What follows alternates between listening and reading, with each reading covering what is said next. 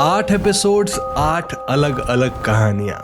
Netflix पे release हुई series cabinet of curiosities कुछ ऐसे ही है, जिसमें कुल 8 एपिसोड्स हैं और हर एक एपिसोड को अलग अलग ऑस्कर विनर डायरेक्टर्स ने डायरेक्ट किया है। ऐसे में हर एक एपिसोड की कहानी डिफरेंट है और इस पूरे सीरीज को हमारे सामने लेकर आए हैं गुलेर्मो डेल टोरो। तो आज की वीडियो में हम 8 कहानी को जानेंगे, यानी कि ये वीडियो काफी लंबी और इंटरेस्टिंग होने वाली है। फन फैक्ट, ये मेरे चैनल की आज तक की सबसे लंबी वीडियो है। अब वीडियो शुरू करने से पहले एक जनरल रिमाइंडर कि अगर आपने हमारे चैनल को अब तक सब्सक्राइब नहीं करा है तो जरूर कर ले, ताकि आप आगे की वीडियोस मिस न करें। So now with that said, let's roll the intro.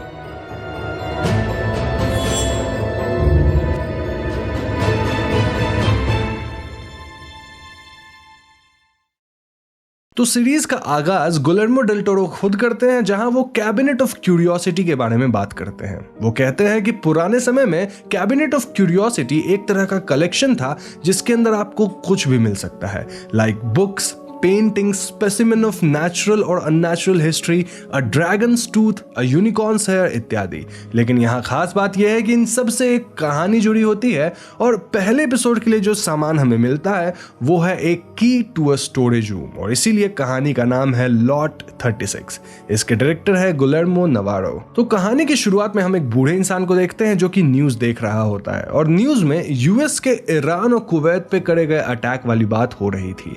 Then ये बूढ़ा इंसान टेबल पे जाकर कुछ अजीब से क्रीचर को नाइफ से काटने लग जाता है, और यहां हम नोटिस करते हैं कि इसके पास किसी स्टोरेज यूनिट की चाबी थी जिसका नंबर था 36। नाउ कटिंग के दौरान क्रीचर का हेड नीचे गिरता है और तभी नीचे झुकने की वजह से बूढ़े इंसान को हार्ट अटैक आता है और वो मारा जाता है। यहां से कहानी निक नामक इंसान पे शिफ्ट करती है जो कि काइंड ऑफ रेसिस्ट था और वो सीधा मुंह किसी से बात नहीं करता था। फिलहाल उसकी फाइनेंशियल कंडीशन कुछ खास नहीं थी। इनफैक्ट वो कुछ लोगों को $12,000 ओ करता था जो कि उस पर प्रेशर बना रहे थे। नाउ निक यूजुअली स्टोरेज यूनिट्स के अनोन स्टोरेज को खरीद कर वहां रखे सामान को बेचता था। फॉर एग्जाम्पल, पहले सीन में जो बूढ़ा मरा वो स्टोरेज यूनिट में स्टोरेज नंबर 36 ओन करता था। तो अब क्योंकि वो मर चुका है और उसके आगे पीछे कोई नहीं है, तो उसके लॉकर के सामान को बिड किया जाएगा बाय स्टोरेज ओनर, और निक इसी बिड में स्टोरेज के मटेरियल को खरीद कर बेचता था। आज स्टोरेज ओनर एडी पहले सीन वाले बूढ़े इंसान के स्टोरेज नंबर 36 को बिड करता है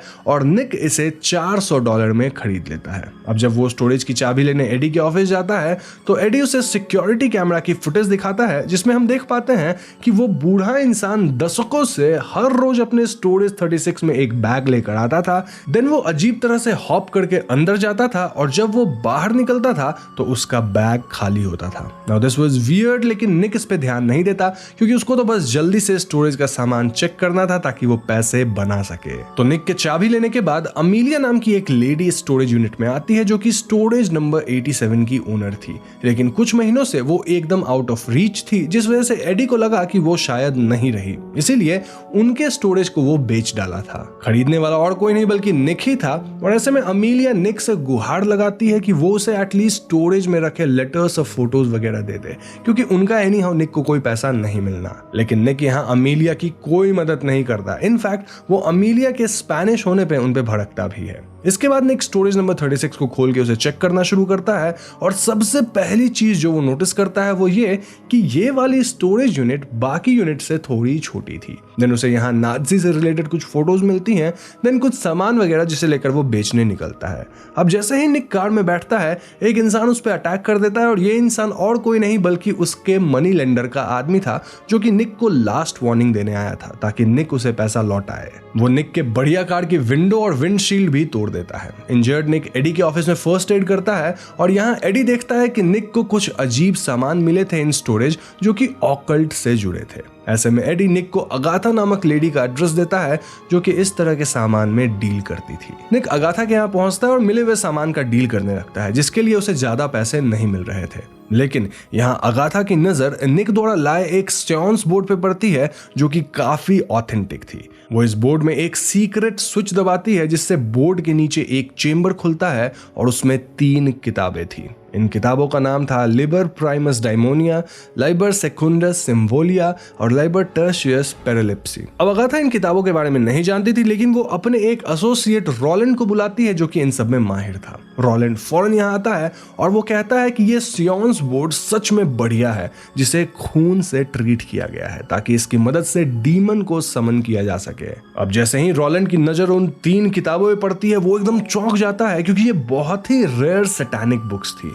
रोलैंड कहता है कि इन 3 बुक्स की वो इंस्टेंटली $10,000 दे सकता है, लेकिन इसकी एक 4th बुक भी है जो कि rarest of the rare book है, और अगर निक रोलैंड को चौथी किताब ढूंढ कर दे दे तो वो $300,000 का चेक अभी के अभी काट देगा। यहां में पता चलता है कि चौथी किताब का नाम लिबर क्वार्टस सैक्रमेंटम है और उसमें कुछ ऐसे स्पेल्स और सिंबल्स हैं जिनकी मदद से डीमन तक को बुलाकर कैद किया जा सकता है। अब ये किताब सबसे रेयरेस्ट इसलिए है क्योंकि इसका जब इस्तेमाल होता है डीमंस वगैरह को बुलाने के लिए, तो इस्तेमाल होने के बाद किताब अपने आप जल जाती है। बेसिकली डीमन इसे जला देता है, लेकिन अगर डीमन को बुलाने वाला इंसान डीमन को धोखा दे दे तो ये किताब बच सकती है, which is rare. So you see, ये किसी के पास होती ही नहीं और इसीलिए इस चौथे किताब की वैल्यू सबसे ज्यादा है।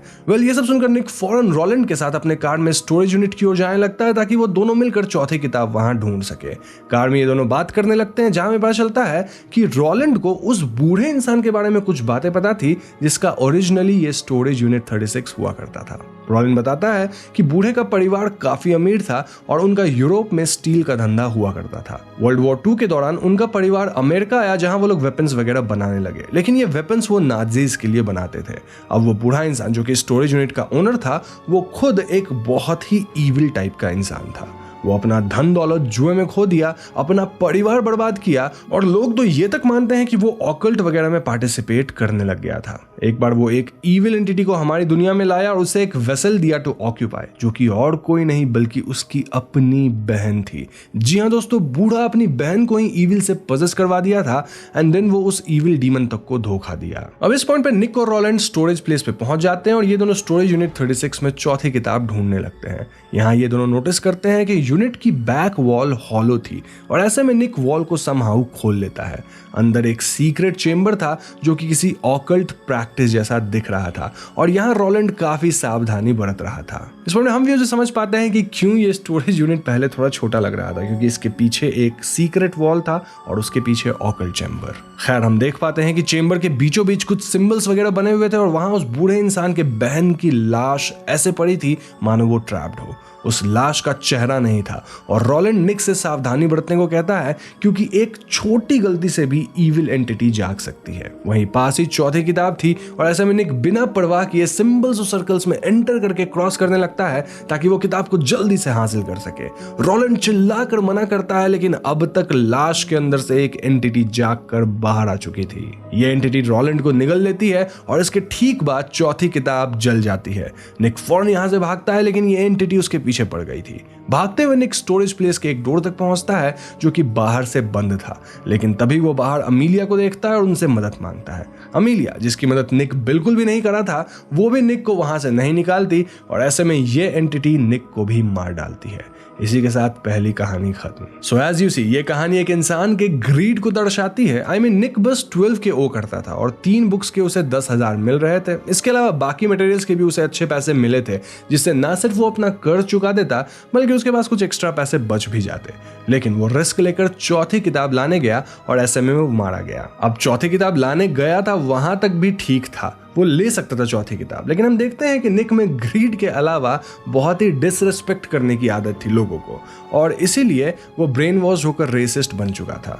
उसे दूसरे के बिलीव्स की कोई कदर नहीं थी और अपने एरोगेंस में वो एंड में एंटिटी को जगा दिया, वरना रोलैंड उसे बिना एंटिटी को जगाए किताब को हासिल करने का तरीका बता ही देता। अब वो बूढ़ा इंसान रोज अपने स्टोरेज यूनिट में मोस्टली अपनी बहन के अंदर वाली डीमन को ही फीड करने जाता था और अपने बैग में वो मोस्टली फ्लैश वगैरह रखता था जो कि डीमन का खाना होगा। स्टार्टिंग के सीन में हम देखते भी हैं कि वो मांस वगैरह काट रहा था। तो अब जबकि आप पहली कहानी को अच्छे से समझ चुके हैं, let's move on to second story जिसका नाम है द ग्रेवयार्ड रैट्स और इसे विंसेंजो नाटली ने डायरेक्ट करा है। तो इस कहानी की शुरुआत में हम दो ग्रेवयार्ड रॉबर्स या फिर आप चोर भी कह सकते हैं, उन्हें हम देखते हैं जो कि एक कब्र को वापस खोलकर कीमती सामान चुरा रहे थे। अब जिन्हें ग्रेवयार्ड रॉबर्स या थीफ के बारे में नहीं पता, उन्हें मैं बता दूं कि वेस्ट में मरने के बाद लोगों को बढ़िया ड्रेस वगैरह पहनाकर दफनाया जाता है और कई बार वो कुछ हार, रिंग्स या ऐसी कीमती चीज के साथ अपने कब्र में डाले जाते हैं। ऐसे में चोर लोग बरियल के बाद कब्र खोदकर ये कीमती चीज निकाल लेते हैं। यहाँ भी कुछ ऐसा ही हो रहा था कि तभी ग्रेवयार्ड का केयर टेकर मैसन इन दोनों चोरों को धमकाकर भगा देता है। वो उनसे चोरी किया हुआ सामान भी ले लेता है और इस पॉइंट पे पता चलता है कि मैसन खुद ये चोरी का काम करता था। जी हाँ, वो इस खुले ग्रेव में घुसकर लाश के दांत चेक करता है, क्योंकि उस जमाने में कई लोग गोल्ड वाले दांत लगवाते थे और यहाँ उस लाश में ऐसी ही एक दांत मिल भी जाती है। वो इस दांत को निकालता है, लेकिन गलती से वो गोल्डन टूथ ग्रेव में नीचे गिर जाता है, जिसे मेसन निकालने की कोशिश करता है। लेकिन तभी उसे एक चूहा काट लेता है, जिससे मेसन इतना इरिटेट होता है कि वो चूहे को शूट करने की कोशिश करता है। अब नेक्स्ट सीन में मेसन चुराए हुए सामान को बेचने जाता है, जहां समझ पाते हैं कि इन सामानों की ज्यादा वैल्यू नहीं थी, क्योंकि मोस्ट ऑफ द ज्वेलरी नकली थी। नाउ मेसन जिन लोगों से डील करता था, उनका हर महीने का टारगेट होता था, जिसे मेसन बहुत समय से पूरा नहीं कर पाया था। साथ ही मेसन उनके उधार तले डूबा हुआ भी था। मेसन का कहना था कि उसके ग्रेवयार्ड में इतने चूहे हो गए हैं कि वो लाशों को ले जाते हैं और मेसन लाशों को रॉब तक कर नहीं पाता। अब ऑब्वियसली इस चूहे वाली बात सुनकर नो वन वाज कन्विंस्ड और वो मेसन को मार डालने की धमकी देते हैं। ऐसे में मेसन उनसे 1 हफ्ते का समय मांगता है ताकि वो उधार चुका सके। इसके बाद मेसन सबसे पहले अपने दोस्त डूली के पास जाता है, जो कि मॉर्ग यानी मुर्दा घर में काम करता था। पास्ट में मेसन और डूली शायद साथ में काम किया करते थे, जहां मेसन मुर्दा घर से लाशों की गोल्ड फिलिंग्स वाले दांत निकाल लेता था और उसका कुछ कट डूली को भी देता था। लेकिन अब डूली ये सब नहीं करना चाहता था। ऐसे में मेसन डूली को शायद किसी तरह का ड्रग्स ऑफर करके मना लेता है और वो मॉर्ग के लाशों को चेक करता है, जो कि मोस्टली उसके काम की नहीं थी। फिर मेसन की नजर एक एरिया पे पड़ती है जो कि कवर्ड था और ऐसे में वो जबरदस्ती इस एरिया में जाता है जहां एक बहुत अमीर इंसान की लाश थी। जी हाँ, उसके मुंह में कई गोल्ड के दांत थे और ये देखकर मेसन बहुत खुश हो जाता है। डूली उसे इस लाश की दांत निकालने से मना करता है। इसी बहस के बीच उस अमीर इंसान के कुछ रिलेटिव्स यहाँ आते हैं, जिन्हें देखकर मेसन और डूली छिप जाते हैं। इन रिलेटिव्स की बातों से हमें पता चलता है कि वो मृत इंसान एक बहुत अमीर शिपिंग मर्चेंट था और उसकी बीवी फ्यूनरल के लिए उसे बहुत अच्छे से तैयार करने को कहती है। इनफैक्ट उसके हाथ में एक सेबर रखा जाएगा, जो कि उसे खुद किंग जॉर्ज ने गिफ्ट करा था। ये सब सुनकर मेसन डिसाइड्स कि वो लाश के दफन होने तक का इंतजार करेगा, क्योंकि इस सेबर का कॉस्ट तो बहुत होगा और वो सब कुछ बेचकर माला माल हो जाएगा। अब उस रात मेसन को अपने घर में एक नाइटमेयर आता है, जहां उसके छत से कई चूहे उसके ऊपर कूद जाते हैं। इस सीन से हमें 2 बातें पता चलती है। एक तो ये कि मेसन इन चूहों से सच में बहुत परेशान हो चुका था और दूसरी बात ये कि वो काफी गरीबी में जी रहा था। उसका घर एक वैश्या घर से वॉल शेयर करता था। खैर, अगले दिन फ्यूनरल सेरेमनी के बाद उस मर्चेंट का बरियल वगैरह होता है, जिसके बाद रात को मेसन ग्रेव को खोलना शुरू करता है। अब जैसे ही वो ग्रेव ओपन करता है, उसे ये ग्रेव खाली दिखता है। जी हाँ, विच मीन्स कि चूहे लाश को उठाकर ले गए थे। वहीं नीचे एक इंसान के घुस जाने तक जितना बड़ा होल था और भले ही मेसन को क्लॉस्ट्रोफोबिया था, स्टिल लालच में वो चूहों के पीछे इस होल में घुसता है। नाउ एज एक्सपेक्टेड मेसन इस छोटी सी अंडरग्राउंड टनल में काफी स्ट्रगल करता है और अपने सामने वो चूहों को देख पाता है, जो कि लाश को खींच के ले जा रहे थे। ये अंडरग्राउंड होल जैसी टनल बहुत बड़ी थी और यहाँ कई रास्ते थे। साथ ही मेसन इतना क्लॉस्ट्रोफोबिक होकर परेशान हो गया था कि वो चूहों को शूट करने लगता है। अब इस गोली की आवाज से कोई तो जागता है और एज ए व्यूअर हम एक इंसान जितना बड़ा चूहा को देख पाते हैं, जो कि अंधा था। ये मेसन के काफी करीब आता है टू ईट हिम, लेकिन मेसन उसे शूट करके भागता है। इस पूरे भागदौड़ में मेसन खुद भी चोटिल हो गया था और भागते भागते वो एक होल से सीधा नीचे गिरता है। ना इस जगह पे कई इंसानी कंकाल थे और इन कंकालों के बीच कई बेशकीमती जवाहरात थे। जी हाँ, ये जगह पुराने जमाने में ब्लैक चर्च जैसा था, जहां शायद टेंटिकल्ड एल्ड्रिक गॉड को पूजा जाता था, जो कि बेसिकली लवक्राफ्टियन यूनिवर्स के एंटिटी या गॉड्स हैं। हम उसकी एक मूर्ति भी देख पाते हैं, विच अगेन प्रूव्स कि ये लोग यहाँ गॉड की पूजा करते थे और ये एक कल्ट जैसा था। नाउ ये गॉड नॉर्मल गॉड नहीं थे, कोई मॉन्स्टर जैसा था लवक्राफ्टियन यूनिवर्स का। एनीवेज, अब वहीं पे मेसन को एक लाश दिखती है, जो कि प्रेइंग पोजीशन में थी और इस लाश के गले में एक लॉकेट ज्वेलरी थी, जो कि इस गॉड को डिपिक्ट करती थी। अब ऑब्वियसली ये लॉकेट चेन सहित काफी नायाब और बेशकीमती होगी, होगी, इसलिए मेसन इसे निकाल लेता है। लेकिन उसके ऐसा करते ही ये लाश काइंड ऑफ जीवित हो जाता है, जिसके बाद वो माइन करके मेसन पे अटैक कर देता है। माइन मतलब मेरा है। सो बेसिकली ये लाश कह रहा था कि वो लॉकेट उसका है, लेकिन मेसन कहाँ मानने वाला था। वो किसी तरह बचते हुए भागने की कोशिश करता है। ये आधा शरीर वाला लाश मेसन का पीछा करता है और मेसन टनल से होते हुए ऊपर चढ़ने लगता है। यहाँ एक बार फिर वो बड़ा सा चूहा आता है, जिससे मेसन की हाथापाई हो जाती है। किसी तरह मेसन पत्थरों को चूहे के ऊपर गिराकर उसे मार डालता है, लेकिन वो लाश माइन करते हुए अब भी मेसन के पीछे थी। मेसन भागता है और थोड़ा ऊपर बढ़ने के बाद उसे रोशनी दिखाई देती है, यानी सतह नजदीक था। मेसन किसी तरह ऊपर चढ़ता है, ओनली टू रियलाइज कि वो एक कब्र के अंदर फंस गया था। जी हाँ दोस्तों, वो लाइट एक्चुअली मेसन के टॉर्च से निकली थी, जो कि ग्रेव के किसी शाइनी ऑब्जेक्ट पे रिफ्लेक्ट कर रही थी। मेसन के लिए यहाँ से निकल पाने का कोई उपाय नहीं था। इनफैक्ट ढेर सारे चूहे उस पर अटैक कर देते हैं और इसी के साथ सीन ब्लैक आउट होता है। अब अगले सीन में वापस पहले सीन वाले 2 रॉबर्स को देखते हैं, जो कि एक ग्रेव खोलते हैं और अंदर उन्हें मेसन मृत अवस्था में दिखता है। मेसन के गले में वही लॉकेट थी और जैसे ही ये दोनों रॉबर्स लॉकेट लेने की कोशिश करते हैं, मेसन का शरीर हिलता और उसके मुंह से चूहे बाहर निकलते हैं। फिर वहां ढेर सारे चूहे आ जाते हैं, जिसे देखकर ये दोनों चोर भागते हैं।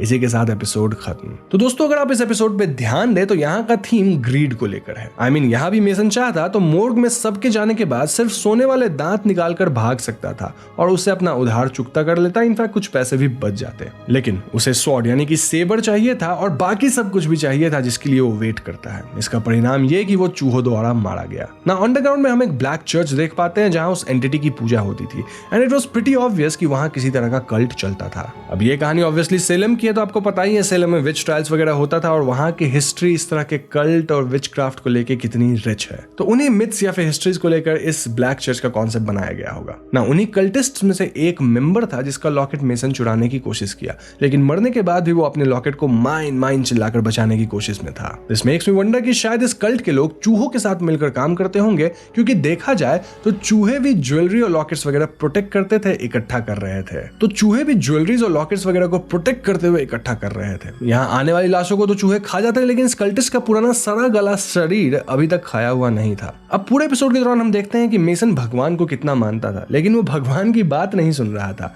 आई मीन भगवान को अगर वो मान रहा है तो उसे लालच वगैरह नहीं दिखाना चाहिए, लेकिन वो हर बार बोलता था वन लास्ट टाइम और काम किए जा रहा था। ओवरऑल ये एपिसोड पुराने जमाने के black magic, black church, cult और ग्रीड के ऊपर बेस्ड है और साथ ही यहाँ हम HP लवक्राफ्ट के यूनिवर्स की एंटिटी के बारे में भी जानते हैं। इसी के साथ let's move on to the third episode. तो तीसरे एपिसोड का नाम है द ऑटोप्सी, जिसे डेविड प्रायर ने डायरेक्ट करा है। एपिसोड के शुरुआत में हम कुछ वर्कर्स को देखते हैं जो कि माइनिंग एरिया में काम कर रहे थे। वो लिफ्ट में अंडरग्राउंड जाने लगते हैं कि तभी जो एलन नाम का एक वर्कर लिफ्ट के ऊपर कूदता है एंड देन वो एक अजीब सा दिखने वाला एक्सप्लोजिव वहां छोड़ देता है, जिसके ब्लास्ट से 10 वर्कर्स मारे जाते हैं, इंक्लूडिंग जो। इस इंसिडेंट के बाद हम टाउन शेरिफ नेट क्रेवन को देखते हैं, जो कि अपने दोस्त डॉक्टर कार्ल विंटर्स को बुलाते हैं ताकि कार्ल मृत लोगों की ऑटोप्सी बोले तो पोस्टमार्टम कर सके। अब इस पॉइंट पे नेट कार्ल को पूरी बैक स्टोरी बताना शुरू करते हैं कि आखिर ये सब हुआ कैसे।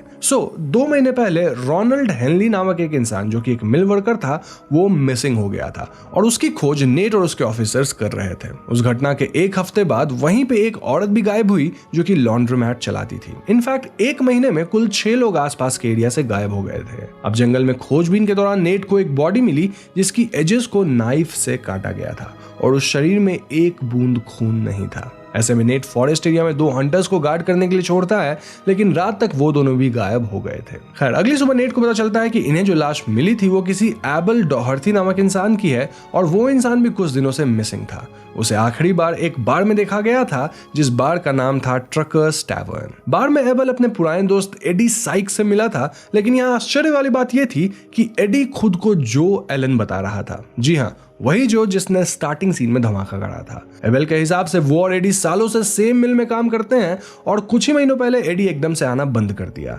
एबल वाज एडमेंट कि वो जो नहीं बल्कि एडी है और ऐसे में जो उसे अजीब तरह से हिप्नोटाइज करके बार से बाहर ले जाता है। ऑफ कोर्स इसके बाद एबल की लाश ही बरामद हुई। अब एडी साइक्स के बारे में छानबीन करते हुए नेट पता लगाए कि वो तकरीबन 9 महीने से मिसिंग था। जी हाँ, वो हाइकिंग करने गया था ताकि वो मीटियर शावर देख सके, लेकिन वो कभी वापस आया ही नहीं। 1 हफ्ते पहले नेट को जो एलन के बारे में पता चला और वो उसके घर की छानबीन करने गया। वहां उन्हें एक अजीब सा चीज मिला जिसके ऊपर बाल वगैरह थे और ये वही अजीब सी चीज है जो कि एपिसोड के पहले सीन में फटा था। नेट इसे लेकर अपनी कार में माइनिंग एरिया में गए, जहां उन्हें एडी दिखा जो कि खुद को जो एलन बता रहा था। पुलिस को देखकर जो उनके कार से वो अजीब चीज को लेकर भागता है और उसके बाद तो हमें पता ही है कि वो माइन में जाकर लिफ्ट पे कूदा एंड देन उस अजीब सी चीज के कारण ब्लास्ट हुआ जिसमें 10 लोग मारे गए इंक्लूडिंग जो। तो ये थी हादसे की पूरी कहानी और अब डॉक्टर कार्ल को सभी मृत लोगों के शरीर पे ऑटोप्सी करना था। यहाँ हम डॉक्टर कार्ल के बारे में ये भी जान पाते हैं कि उन्हें स्टमक कैंसर है, उनके पास बस कुछ महीने ही बचे हैं। नाउ नेट कार्ल को मोर्ग में ऑटोप्सी की सारी फैसिलिटी प्रोवाइड करवाते हैं, जिसके बाद कार्ल अकेले देर रात अपना काम शुरू करते हैं। वो अपने ऑटोप्सी सेशन की ऑडियो रिकॉर्ड कर रहे थे और पहले लाश को जांचते वक्त वो पाते हैं कि शरीर में कहीं भी एक्सप्लोजिव से मारे जाने के सिम्टम्स नहीं थे, बल्कि ऐसा लग रहा था मानो इंसान ब्लंट फोर्स से मारा गया हो। Now this was strange क्योंकि बॉम्ब तो फटा था लेकिन बॉम्ब के होने के कोई सबूत ही नहीं मिल पाए थे, which means कि मे बी वो अजीब सा ऑब्जेक्ट बॉम्ब था ही नहीं। मे बी एलन उस ऑब्जेक्ट को ही डिस्ट्रॉय करना चाहता था ताकि वो किसी और के हाथ ना लग सके। वेल इसके बाद एक लाश को एग्जामिन करते हुए कार्ल पाते हैं कि लाश के चेस्ट पे एक होल थी जो कि हार्ट तक जा रही थी और बॉडी खोलने पे उन्हें पता चलता है कि हार्ट और लंग से पूरा खून गायब था। ऐसे ही होल एक और लाश पे थी और जो के पेट में काफी खून मिला था, विच सजेस्ट कि कहीं जो तो इनका खून नहीं पी गया था। वेल इसका पता लगाने के लिए कार्ल अब जो के शरीर पे ऑटोप्सी करने की सोचते हैं, बट टू हिज सरप्राइज जो का मृत शरीर जिंदा हो जाता है और वो डॉक्टर कार्ल के पीछे आता है। यहाँ हमें पता चलता है कि जो के अंदर एक्चुअली में एक एलियन पैरासाइट घुसा हुआ है जो कि उसके अंदर तब आया होगा जब वो मीटियर शावर देखने गया था, यानी कि वो मीटियर्स नहीं बल्कि एलियन स्पेसशिप रही होगी। इनफैक्ट वो अजीब चीज जो कि ब्लास्ट करा था वही एलियन का स्पेसशिप था और इसीलिए जो उसको डिस्ट्रॉय करना चाहता था ताकि वो ह्यूमंस के हाथ ना लगे। बेसिकली जो के अंदर तो एलियन था ना, वो डिस्ट्रॉय करना चाहता था। जो के थ्रू ये एलियन बताता है कि वो लोग छोटे और गंदे शेप के होते हैं और इनके पास कोई सेंसरी ऑर्गन्स नहीं होते, लेकिन एक ह्यूमन के अंदर प्रवेश करके ये लोग उसे पूरी तरह कंट्रोल कर सकते हैं और भूख लगने पे वो खून पी जाते हैं। ये एलियंस अपने होस्ट के सेंसेस को बस अलाइव रखते हैं क्योंकि होस्ट के दिमाग पे पूरी तरह से उनका कब्जा होता है। फॉर एग्जाम्पल जो तो एक्चुअली में एडी नाम का बंदा था, लेकिन अब वो अपने आप को जो कह रहा था। नाउ अब इस एलियन को एक नया शरीर चाहिए था क्योंकि जो तो मर गया है, इसलिए वो डॉक्टर कार्ल का शरीर चाहता है। मोरओवर ये एलियन डॉक्टर कार्ल के अंदर का कैंसर फील कर लेता है एंड देन कहता है कि वो तो बड़े मजे से इस कैंसर पे फीड करेगा। इसके बाद जो एकदम से कार्ल पे अटैक करके उन्हें बेहोश कर देता है और जब कार्ल की आंख खुलती है तो हम देखते हैं कि वो एक टेबल पे बंधे थे। जो के अंदर का एलियन जो के शरीर से खुद को कार्ल में ट्रांसफर करने की तैयारी कर रहा था। जो कार्ल के बगल में टेबल पे लेट जाता है, देन वो अपने शरीर को कट करता है। देन कार्ल में थोड़ा कट लगाता है, जिसके बाद हम उस एलियन को धीरे धीरे इस शरीर से उसमें ट्रांसफर होते देखते हैं। जैसे जैसे ये ट्रांसफर आगे बढ़ता है जो अनकॉन्शियस होते जाता है। इनफैक्ट वो तो पहले से ही मरा हुआ था, जस्ट दैट वो एनिमेट होना बंद होता है और इस पॉइंट पे कार्ल अपना दिमाग चलाते हैं। वो होस्ट बनने से ठीक पहले किसी तरह एक स्कैल्पेल यानी वो डॉक्टर लोगों का चाकू होता है ना, उसे लेकर अपनी आंखें फोड़ लेते हैं, अपने कान के ईयर ड्रम्स फाड़ लेते हैं। ऐसा इसलिए ताकि एलियन के शरीर में आकर भी कोई सेंसरी ऑर्गन्स का इस्तेमाल कर ही ना पाए। मोरओवर वो अपने नेक के एक ऐसा नर्व को काट लेते हैं जिससे वो तुरंत ब्लीड आउट होकर मारे जाएंगे और इस खून से वो अपने शरीर पे कुछ तो लिखते हैं। नाउ ये एलियन पूरी तरह कार्ल के अंदर आ चुका था, लेकिन ना तो वो कुछ देख पा रहा था ना ही सुन पा रहा था। साथ ही वो अब एक ऐसे शरीर में था जो कि मर रहा था। कार्ल के अंदर एलियन और कार्ल के कॉन्शियसनेस की आपस में बात होती है, जहां कार्ल कहते हैं कि बेटा तुम फंस गए मेरे शरीर में आकर।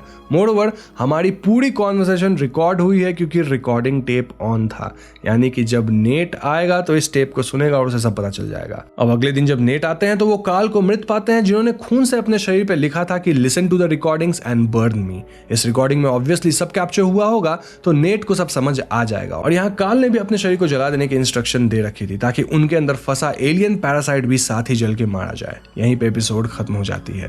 तो दोस्तों इस एपिसोड की कहानी बाकियों से थोड़ी सिंपल है, जहां हम देख पाते हैं कि एक एलियन कैसे हमारी दुनिया को कंट्रोल करने की कोशिश में था, लेकिन डॉक्टर कार्ल की चालाकी के सामने एलियन की एक न चली। डॉक्टर कार्ल जो कि इनहाउ स्टमक कैंसर से मरने वाले थे, उन्होंने खुद को कुर्बान किया ताकि ये एलियन मारा जा सके। और उनका दिमाग भी काफी शार्प था क्योंकि ऐसे मोमेंट में इतना स्मार्टली सोचना, खुद को हर्ट करना सबके बस की बात नहीं। ओवरऑल मुझे एपिसोड काफी पसंद आया और इसी के साथ हम चौथे एपिसोड की तरफ बढ़ते हैं।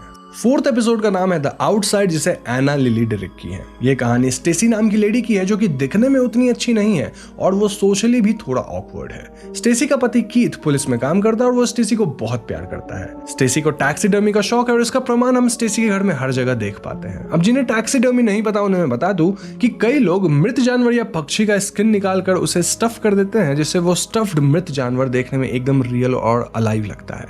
एंड स्किन गलता भी नहीं है तो वो काफी दिन तक ऐसे ही रहेगा। एनीवे, स्टेसी जहां काम करती है वहां की लेडीज एकदम अजीब सी थी। वो हमेशा अजीब बातें करती रहती थी। For example, extra marital affairs, sex, husband को छोड़ के उनका पैसा छीन लेना, मेकअप, सर्जरी, बॉडी में फिलिंग्स डलवाना, बोटॉक्स। आई होप आप समझ रहे होंगे मैं क्या कह रहा हूँ। स्टेसी ये सब सुनकर काफी प्रभावित होती थी और उसे भी उनकी तरह खूबसूरत दिखना था। तो क्रिसमस ईव पे वहां की एक लेडी जीना के घर में पार्टी होने वाली थी और इस पार्टी में स्टेसी को भी इनवाइट मिलता है। वहां सीक्रेट सैंटा हो रहा था जिसमें स्टेसी को जीना का ही नाम मिला था, यानी कि स्टेसी को जीना के लिए कुछ गिफ्ट लेके जाना था। ऐसे में स्टेसी अपने टैक्सीडर्मी स्किल्स का यूज करके एक बर्ड तैयार करती है जो कि वो जीना को एज ए गिफ्ट देने वाली थी। नाउ पार्टी में जब स्टेसी पहुंचती है तो वहां एज यूजुअल बाकी लेडीज अपना गॉसिप और बेकार बातें शुरू करती है जिसमें Stacy feels out of place. Then Gina सबको गिफ्ट देती है जो कि एलो ग्लो नाम का क्रीम था which was a very costly makeup item. सभी लेडीज एलो ग्लो क्रीम को एकदम लगाने लग और जब स्टेसी अपना टैक्सीडर्मी वाला गिफ्ट देती है तो सब शक्ल बनाती हैं क्योंकि उन्हें ये चीप और बेकार लगता है। अब स्टेसी को भी एलो ग्लो क्रीम मिला था तो वो इसे लगाने लगती है, लेकिन थोड़ी देर बाद हम देखते हैं कि इस क्रीम का स्टेसी के स्किन पे गंदा रिएक्शन होता है जिससे उसका पूरा चेहरा रैशेस से लाल पड़ जाता है। स्टेसी फौरन अपने घर जाती है और उसका हस्बैंड कहता है कि स्टेसी को ये फालतू क्रीम वगैरह लगाने की जरूरत नहीं है क्योंकि वो ऐसे ही बहुत खूबसूरत है। लेकिन स्टेसी को तो उन लेडीज से सोशल वैलिडेशन चाहिए था और उसे उनकी तरह ही बनावटी दिखना था, इसलिए वो अपने पति की एक बात नहीं सुनती। खैर, उस रात हम देखते हैं कि एलो ग्लो क्रीम के डब्बे से अपने आप क्रीम निकलने लगता है और स्टेसी कमरे में टीवी देखने आती है। यहाँ टीवी में एलो ग्लो की एड आ रही थी और ये एड वाला बंदा टीवी से ही स्टेसी से डायरेक्टली बात करने लग जाता है। जी हाँ, वो स्टेसी को भड़काने लगता है कि कैसे एलो ग्लो से वो एकदम खूबसूरत हो जाएगी और ये रैशेस तो पार्ट ऑफ द प्रोसेस है। जब प्रोसेस कंप्लीट होगा तो स्टेसी एकदम परी बन के निकलेगी।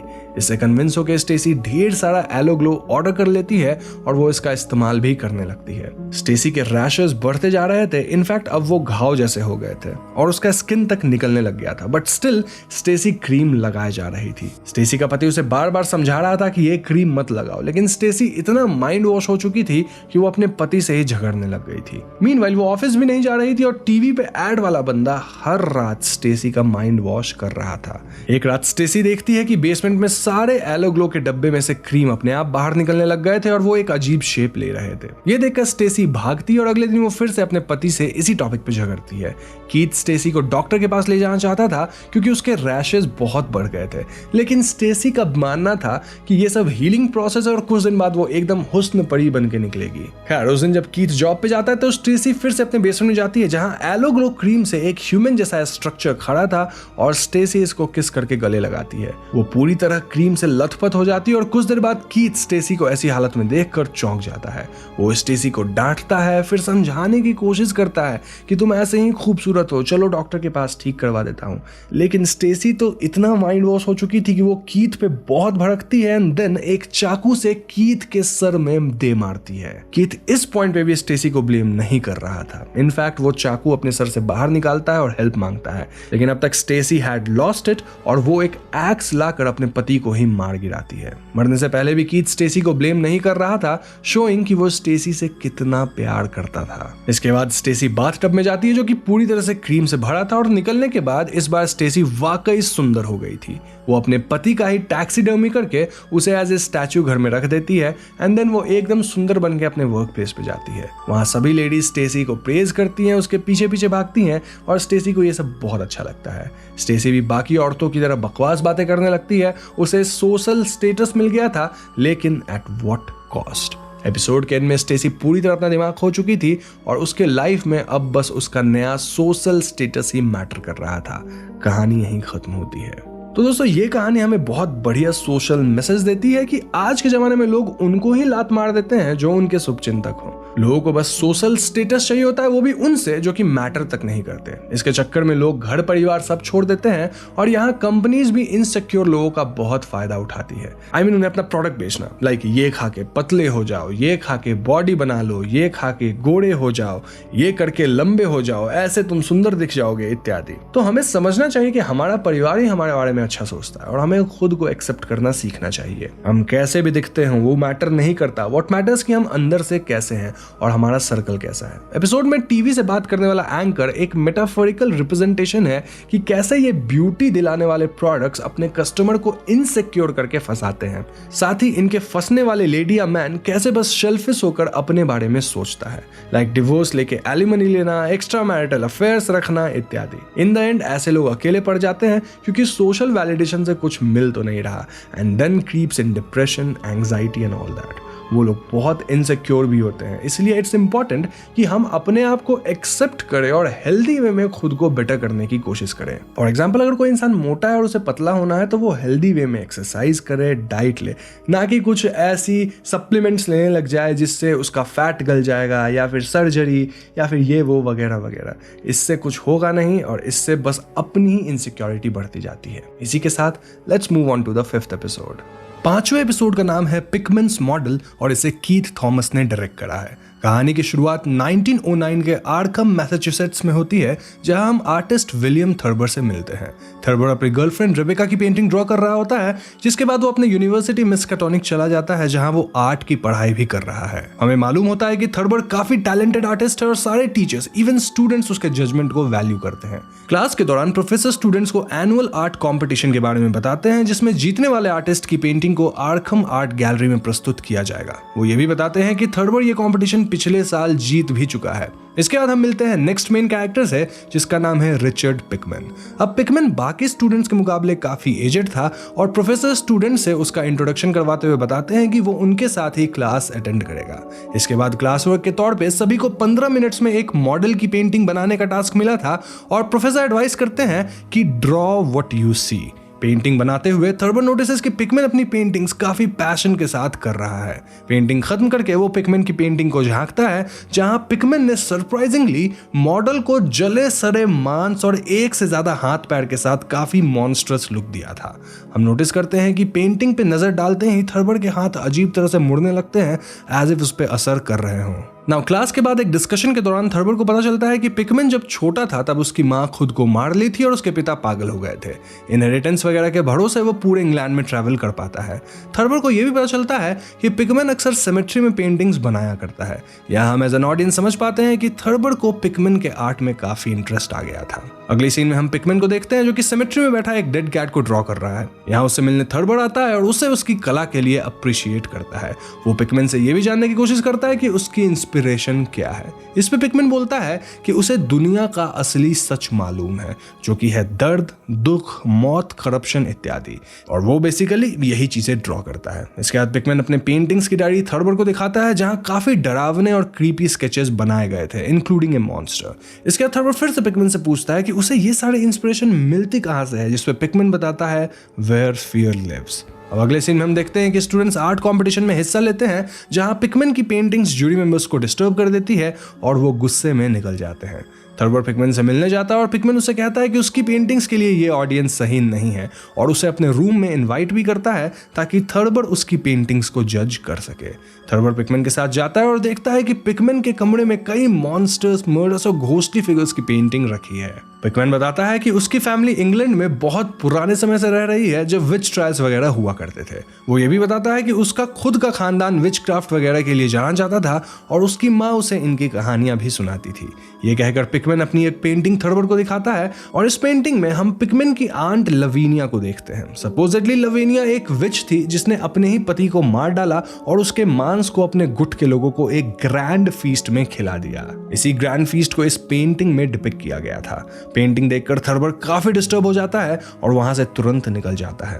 रात को सोते वक्त थर्बर को एक भयानक सपना आता है, जहां वो उसी पेंटिंग वाली विच को खुद पर हमला करते हुए देखता है। ये सपना देखकर थर्बर काफी घबरा जाता है और नोटिस करता है कि हमले वाली जगह पे सचमुच ही उसे चोट लग गई थी। अब थर्बर ऑब्वियसली इससे बहुत डिस्टर्ब हो गया था। इनफैक्ट उसे अब हर जगह लवीनिया दिखने लग गई थी। इसी सब में वो एक पार्टी अटेंड करते हुए रेबेका के फादर के साथ मिसबिहेव कर देता है, जिससे रेबेका उस पर गुस्सा होती है। सोल्यूशन पाने के लिए थर्बर जाता है सीधा पिकमैन के पास, लेकिन पिकमैन ऑलरेडी शहर छोड़कर जा चुका था। अब कहानी कुछ साल आगे बढ़ती है और हम 1926 का समय देखते हैं, जहां थर्बर ने रेबेका से शादी कर ली है और उनका एक बेटा भी है नेम्ड जेम्स।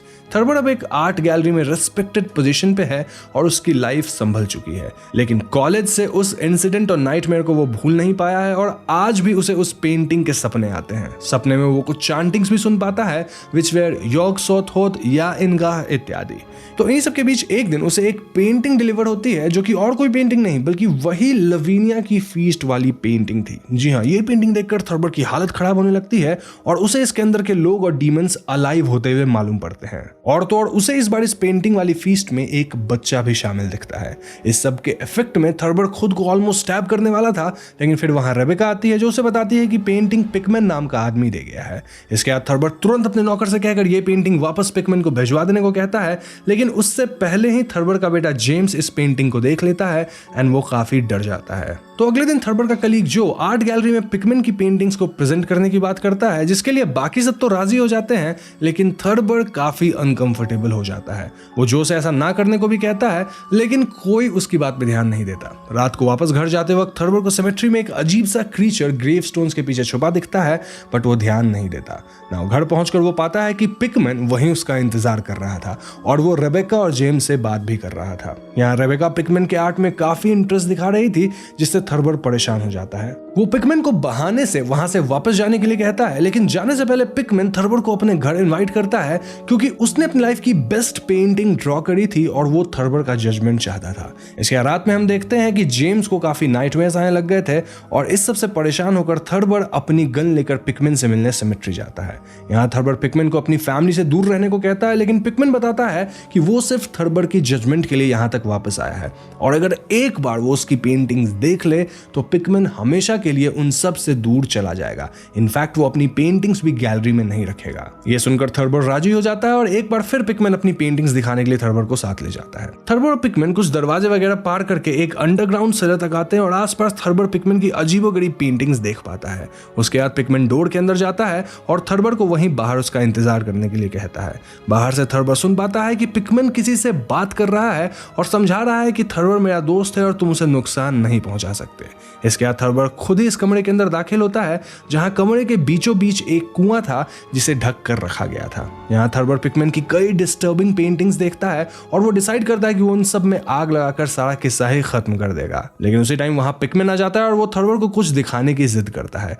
थर्बर कहता है कि उन्हें ये सब हमेशा के लिए खत्म करना होगा, लेकिन पिकमैन कहता है कि ये सिर्फ पेंटिंग्स है, सच की पेंटिंग्स। थर्बर पिकमैन को समझाने की कोशिश करता है कि इन पेंटिंग्स में कुछ बहुत स्ट्रांग है, लेकिन पिकमैन उस वेल की तरफ बढ़ने लगता है और इसी बहस के दौरान थर्बर पिकमैन को गोली मार देता है। मरते हुए पिकमैन बताता है कि ये पेंटिंग्स कोई इमेजिनेशन नहीं बल्कि सच है। वो बताता है कि ये एंटिटीज और मॉन्स्टर्स उसकी फैमिली पोर्ट्रेट्स हैं और वो इन्हीं के साथ रहता आया है। वो कहता है कि मैंने तो ये सच देख लिया और इसी को पेंट किया है, अब तुम्हारी बारी है। इसी दौरान उस वेल से एक मॉन्स्टर निकलकर बाहर आता है जो कि काफी डरावना लग रहा था। ये वही मॉन्स्टर था जिसे हमने सेमेट्री में भी देखा था। ये मॉन्स्टर अपने साथ पिकमैन की बॉडी को वेल में खींच ले जाता है और इस हादसे से घबरा कर थर्बर इस सारे सेलर में आग लगा देता है और यहाँ से निकल जाता है। नेक्स्ट सीन में हम देखते हैं कि थर्बर रेबेका और अपने बेटे को आर्ट गैलरी लाया है, जहां वो उन्हें अपनी पेंटिंग्स दिखाना चाहता है। थर्बर का नौकर उसे बताता है कि कुछ पेंटिंग्स लगाने के लिए जो रात भर गैलरी में ही है। ये सुनकर थर्बर जो को देखने जाता है एंड टू सरप्राइज जो ने हर जगह पिकमैन की पेंटिंग्स लगा दी थी। जी हाँ, ये शॉकिंग था क्योंकि थर्बर ने ऑलरेडी पिछली रात इन पेंटिंग्स को जला दिया था। थर्बर देखता है कि जो एक कोने में खड़ा एक पेंटिंग को लगातार घूरे जा रहा था और वही चैंटिंग्स दोहरा रहा था, योग सोत होत एंड ऑल दैट। थर्बर उसे संभालने की कोशिश करता है, लेकिन अब तक जो पागल हो चुका था, उसने अपने आंखें ही नोच डाली थी और लगातार चैंटिंग्स दोहराए जा रहा था। ये देखते ही थर्बर दौड़कर अपने बीवी बच्चे के पास जाता है, जहां रेबेका दूसरे कोने में खड़ी पिकमैन की ही पेंटिंग देख रही थी। थर्बर उसे वहां से हटाता है और जेम्स को लेकर वापस घर जाने को कहता है। इसके बाद थर्बर सारे पेंटिंग्स हटवाने का ऑर्डर देता है और वार्निंग देता है कि उन पेंटिंग्स को कोई ना देखे। तो घर पहुंचकर थर्बर गैलरी के इंसिडेंट के लिए रेबेका से माफी मांगता है, लेकिन वहां पहुंचकर उसकी दुनिया उजड़ जाती है। रेबेका ने भी ठीक जो की तरह अपनी आंखें निकाल ली थी और क्रीपीली किसी फीस्ट की तैयारी कर रही थी। रेबेका बताती है कि उसे मालूम है वेयर फियर लिव्स नाउ और वो एक शानदार फीस्ट तैयार कर रही है क्योंकि कोई आने वाला है। डर से थर्बर उसे पूछता है कि जेम्स कहाँ है और रेबेका हंसने लगती है। रेबेका ने अपने ही बेटे को ओवन में कुक होने के लिए चढ़ा दिया था और इसे जानकर थर्बर पूरी तरह शॉक्ड हो जाता है। लास्ट सीन में हम रेबेका को वही चांटिंग्स बोलते हुए सुन पाते हैं और इसी के साथ एपिसोड खत्म। तो ये थी 5वें एपिसोड की कहानी और हम शॉर्ट में डिस्कस डिस्कस करते हैं कि यहाँ क्या हुआ। ये कहानी एचपी लवक्राफ्ट की स्टोरी द पिकमन्स मॉडल पे बेस्ड है। यहाँ बेसिकली पिकमन एक विचक्राफ्ट फैमिली को बिलोंग करता था और ये मॉन्स्टर्स एंटिटीज वगैरह उसके खानदान के ही हैं। स्टोरी की शुरुआत में बार बार प्रोफेसर कहते हैं कि ड्रॉ व्हाट यू सी, और एक्चुअली पिकमन भी वही पेंट कर रहा था जो उसने अपनी फैमिली में देखा है। अपने फैमिली के कर्स को आगे बढ़ाने के लिए पिकमन को ऐसे आर्टिस्ट की जरूरत थी जो कि इन पेंटिंग से अफेक्टेड ना हो। शायद इसलिए पेंटिंग्स को इतनी बार देखने के बाद भी थर्बर पागल नहीं होता, लेकिन हाँ अफेक्टेड जरूर होता है। बट अगर आप देखें तो दूसरे लोग पागल हो जा रहे थे। इस फिल्म में जब थर्बर को पेंटिंग में एक बच्चा दिखा तब it was may be A premonition कि आगे जेम्स के साथ क्या होगा। ग्रैंड फीस्ट जो शुरू से छाया रहा, अंत में रेबेका खुद प्रिपेयर करती है। लेकिन ये मॉन्स्टर कौन है? वेल, चैंटिंग्स में हम योग सोथोथ और या इनगाह सुन पाते हैं। लवक्राफ्टियन यूनिवर्स में योग सोथोथ कथुलू माइथोस के आउटर गॉड है जो कि एक डार्क मिस्ट से पैदा होते हैं। इस डार्क मिस्ट को हम जेम्स के कमरे में देख भी पाते हैं जब उसे नाइटमेयर्स आ रहे थे। इसकी पिक्चर्स भी अक्सर पिकमन अपने पेंटिंग्स में डिपिक्ट कर रहा है। सो इफ यू सी, इस एपिसोड में कई चीज छुपे हुए थे और इसकी एक डीपर मीनिंग थी। Now let's move on to 6th episode जिसका नाम है dreams in the witch house, और इसे कैथरीन हार्डविक डायरेक्ट करी है। तो कहानी की शुरुआत में हम एक खूबसूरत घर देखते हैं जहां 2 ट्विंस रहा करते थे नेम्ड वॉल्टर एंड एपर्ली। यहाँ एपर्ली बहुत बीमार होती है और उसकी हालत काफी खराब होने लगती है। वो वॉल्टर से कहती है कि उसे लेने के लिए कुछ घोस्ट्स आ रहे हैं और वो उनके साथ जाना नहीं चाहती। वॉल्टर उसे समझाता है कि उसे कुछ नहीं होगा क्योंकि वो हर हाल में उसे प्रोटेक्ट करेगा, लेकिन अगले ही क्षण एपर्ली की मौत हो जाती है। कमरे में अचानक एक तूफान सा आता है और उसके बीचों बीच एपर्ली की आत्मा प्रकट होती है जो कि कंफ्यूज थी कि वो आखिर है कहाँ। इससे पहले कि वॉल्टर कुछ समझ पाता, हवा का एक तेज झोंका आता है और एपर्ली की आत्मा को खींचते हुए घर के बाहर वाले जंगल के अंदर ले जाता है। एपर्ली के लाख चिल्लाने के बाद भी वॉल्टर उसे नहीं बचा पाता। तो अब कहानी कुछ साल आगे बढ़ जाती है जहां वॉल्टर बड़ा हो चुका है और वो बॉस्टन में स्पिरिचुअलिस्ट सोसाइटी में काम करता है जहां बेसिकली भूत प्रेत, मीडियम्स और अदर रेम्स वगैरह पर रिसर्च की जाती है और इनके बारे में प्रूफ भी इकट्ठा किया जाता है। वॉल्टर के लाइफ का एक ही गोल है कि वो पता लगाए कि उसकी बहन के साथ इतने सालों पहले क्या हुआ था और वो इस वक्त किस दुनिया में है। इसके लिए वॉल्टर अक्सर अलग अलग मीडियम्स और साइकिक्स के बारे में पता लगाते रहता था ताकि कोई उसे इस दुनिया के बाहर के डिमेंशन तक ट्रैवल करने का तरीका बता सके। अब यूजुअली इनके रिसर्च में मीडियम्स फ्रॉड ही निकलते थे और ऐसे ही एक बार फिर से एक मीडियम फ्रॉड निकलती है, जिसके बाद वॉल्ट का कलीग फ्रैंक उसे सलाह देता है कि उन्हें स्पिरिचुअलिस्ट सोसाइटी का काम छोड़कर टाइम मैगजीन ज्वाइन कर लेना चाहिए ताकि वो कुछ पैसे कमाते हुए इन सबसे आगे बढ़ पाए, लेकिन वॉल्ट नहीं मानता। नेक्स्ट सीन में हम वॉल्ट को स्पिरिचुअलिस्ट सोसाइटी के ऑफिस में देखते हैं जहां एक नन बैठी हुई बार बार भगवान का नाम ले रही थी और घबराई हुई लग रही थी। कुछ देर बाद ऊपर से एक पेंटर सोसाइटी के हेड से बात करती हुई आती है जहां वो किसी विच हाउस को इन्वेस्टिगेट करने की बात कर रही थी। पेंटर बताती है कि उस घर में अजीबोगरीब पावर्स है, लेकिन ये आदमी उसकी बात पे ध्यान नहीं देता। अंत में ये पेंटर अपनी एक पेंटिंग उसी सोसाइटी में रखने की बात कहकर चली जाती है। जाने से पहले नन भी इस पेंटर को बुरा भला कहती है, साथ ही वो कहती है कि उसकी पेंटिंग्स डीमन का विजन है। वॉल्ट को पता चलता है कि ये पेंटर खजाया मेसन नाम की एक विच के घर में रेंट पे रहती है। उसका मानना है कि इस घर के अंदर हम दूसरी दुनिया के डिमेंशन तक पहुंच सकते हैं और यहाँ कई पावरफुल शक्तियां काम करती हैं। इसके बाद वॉल्ट अपने बॉस से कुछ और मीडियम्स में इन्वेस्टिगेट करने जाने की बात कहता है, लेकिन वो उसे सलाह देते हैं कि वॉल्ट अब दूसरी जॉब वगैरह ढूंढ ले क्योंकि स्पिरिचुअलिस्ट सोसाइटी के पास अब फंड्स नहीं है कि वो फालतू के फील्ड वर्क वगैरह में इन्वेस्ट करे। इसके बाद हम वॉल्ट को एक क्लब में देखते हैं जहां वो as a bartender part time job करता था। यहाँ उसे काम के दौरान 2 ट्राइबल बंदे मिलते हैं जो कि किसी फॉरेस्ट ऑफ लॉस्ट सोल्स की बात कर रहे थे। अब नेचुरली वॉल्ट इनसे इस बारे में पूछता है और इन्हें बताता है कि उसकी बहन की मौत के बाद उसकी आत्मा को भी इस फॉरेस्ट में ही खींच लिया गया था, जिसके बाद वो आज तक उसे ढूंढ रहा है। अब ये आदमी वॉल्ट की मदद करने के लिए तैयार हो जाता है और इसे अपने साथ अपने ट्राइब के बेस पर ले जाता है। यहाँ वो उसे एक काइंड ऑफ ड्रग देता है जिसका नाम था लिक्विड गोल्ड। इस ड्रग को देने के बाद ये आदमी वॉल्ट से कहता है कि वो अपनी बहन को बेशक ढूंढे लेकिन फॉरेस्ट में कोई रिपल क्रिएट ना करे, अर्थात जो जैसा है वैसा ही रहने दे। ड्रग को लेने के बाद वॉल्ट की जब आंखें खुलती है तो उसे इस बेस के कोने में फॉरेस्ट ऑफ लॉस्ट सोल्स का पोर्टल मिल जाता है। वॉल्ट इस पोर्टल के थ्रू फॉरेस्ट में दाखिल भी होता है जहां उसे एक ट्री ब्रांच खींचते हुए अंदर लाती है।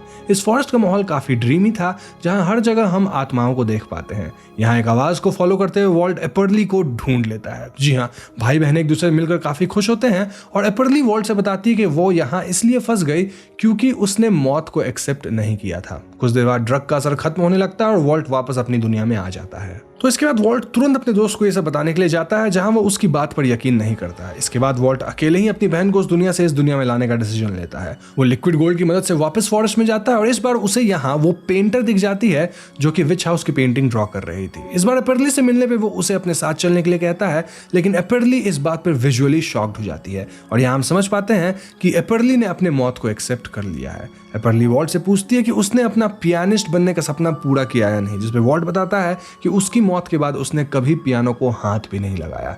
तभी वहां ड्रग का असर भी कमजोर पड़ने लगता है और वॉल्ट एपरली का हाथ पकड़ लेता है और इस सब में उसके कपड़े का एक टुकड़ा वॉल्ट के साथ रह जाता है, प्रूविंग कि वो उस डिमेंशन से इस डिमेंशन तक मैटर को ला सकता है। अपने मिशन को सक्सेसफुल करने के लिए वो अपने बॉस से भी मदद मांगता है, लेकिन इन द एंड कोई उसका साथ नहीं देता। ना वापस आकर वॉल्ट कजाया मेसन के बारे में एक किताब पढ़ता है। कजाया वही विच थी जो कि आर्कम के विच हाउस में रहा करती थी। कजाया का मानना था कि वो अलग अलग डिमेंशन में ट्रैवल कर सकती है, जिसके लिए वो एक डैगर का इस्तेमाल करती थी एज अ की। लेट 17th सेंचुरी में उसे अपने ही घर के बाहर विचक्राफ्ट के इल्जाम में फांसी दे दी गई थी, लेकिन जब लोगों ने कुछ दिन बाद उसके कब्र को खोदा तो वो गायब हो चुकी थी। ये सब जानने के बाद वॉल्ट उसी विच हाउस को इन्वेस्टिगेट करने का फैसला करता है। यहाँ वॉल्टर अपने साथ वो पेंटिंग भी लाता है जो उस पेंटर ने सोसाइटी को दिया था और विच हाउस जाकर वही रूम रेंट करता है जिसमें विच अपने समय में रहा करती थी। अब इस रूम में दाखिल होने पे वॉल्टर नोटिसेस कि यहाँ की सीलिंग का एक हिस्सा डैम्प और रेड है, बट वो इस बात पे ज्यादा ध्यान नहीं देता। हम ये भी नोटिस करते हैं कि यहाँ एक काफी लंबा चौड़ा रैट है जिसकी आवाज ह्यूमन जैसी है। इनफैक्ट उसका फेस भी थोड़ा ह्यूमन जैसा था और वो इस कमरे की वायर्स को कट करके अंधेरा कर देता है। कुछ टाइम बाद वॉल्ट यहाँ बैठकर कजाया की बुक को आगे पढ़ता है, जहां उसे मालूम होता है कि उस डिमेंशन से इस डिमेंशन तक किसी को लाने के लिए की जरूरत पड़ती है। कमरे के दूसरे तरफ अंधेरे में हम एक डरावनी आकृति को वॉल्ट पे नजर रखे हुए देखते हैं और यहीं के एक दीवार पे वॉल्ट को एक ह्यूमन फिगर और एक की का साइन मिलता है, विच मेंट कि कोई इंसान ही की बन सकता है। रात को सोते वक्त अचानक ही वॉल्ट की बॉडी पैरालाइज होने लगती है और कुछ देर बाद ऊपर से एक डरावनी आकृति वॉल्ट के बिस्तर के पास आती है, जो कि और कोई नहीं बल्कि कजाया थी। जी हाँ, यहाँ वॉल्ट ये सब देख सुन पा रहा था लेकिन कुछ रिएक्ट नहीं कर पा रहा था। कजाया के साथ यहाँ उसका रैट भी आता है और कजाया से पूछता है इफ यही वो लड़का है जो उन्हें यहाँ से आजाद करेगा। इस पे कजाया की नजर पास ही रखे वॉल्ट एपरली की फोटो पे पड़ती है, जिसे देखकर वो क्रूएली हंसती है और कहती है ट्विंस। इसके बाद वो अपने वॉन्ड से दीवार के उसी हिस्से को टच करती है जहाँ कीज की ड्राइंग बनी हुई थी। सुबह जब वॉल्ट इस दीवार को चेक करता है तो उसे एक टूटा हुआ हिस्सा मिलता है जहां पिछले ह्यूमन फिगर के बगल में एक और ह्यूमन फिगर बना हुआ था, डिपिक्टिंग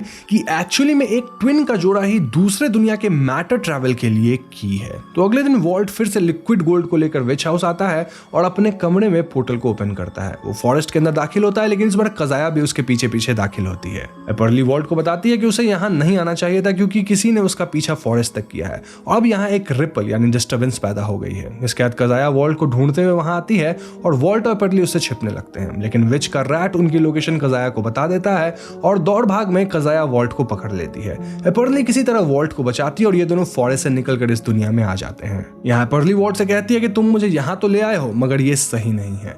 तभी वो रैट वापस से इनके पीछे पड़ जाता है और अपने आप को बचाने के लिए वॉल्ट और एपरली विच हाउस में दूसरी तरफ भागते हैं जहां वो पेंटर रहती है। पेंटर के पास पहुंचकर वॉल्ट और एपरली उससे मदद मांगते हैं। अब ये पेंटर इन दोनों को देखकर शॉक्ड हो जाती है और उन्हें अपने कुछ पेंटिंग्स दिखाती है जिसमें इन दोनों की ही तस्वीर बनी हुई थी। पेंटर बताती है कि तुम दोनों ने बहुत गलत किया है क्योंकि एपरली को उस दुनिया से लाते हुए तुम कजाया की सोल को भी आजाद कर दिए हो। उसके बाद वो 3 पेंटिंग्स को आपस में अरेंज करती है और दिखाती है कि वो दोनों भाई बहन एक्चुअली में दूसरे डिमेंशन के पोर्टल के की हैं और इस ट्रांसफर को सक्सेसफुल बनाने के लिए वॉल्ट की जान की बलि चढ़ जाएगी। वो बताती है कि सुबह का सूरज निकलने तक वॉल्ट मारा जाएगा और तभी एपरली और कजाया दोनों इस दुनिया में एंटर कर पाएंगे। यहाँ हम देख पाते हैं कि वॉल्ट धीरे धीरे बीमार और कमजोर पड़ता जा रहा था, वहीं एपरली आत्मा के स्वरूप से धीरे धीरे शरीर बनती जा रही है।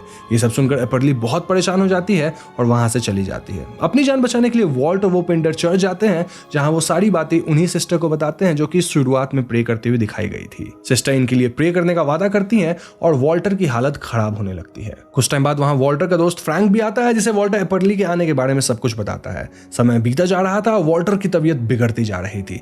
सिस्टर वॉल्टर के लिए लगातार प्रे करती हैं लेकिन फिर भी किसी तरह कजाया चर्च तक पहुंच ही जाती है। यहाँ सब लोग वॉल्टर को बचाने की बहुत कोशिश करते हैं लेकिन विच वॉल्टर को अपने साथ ले जाती है।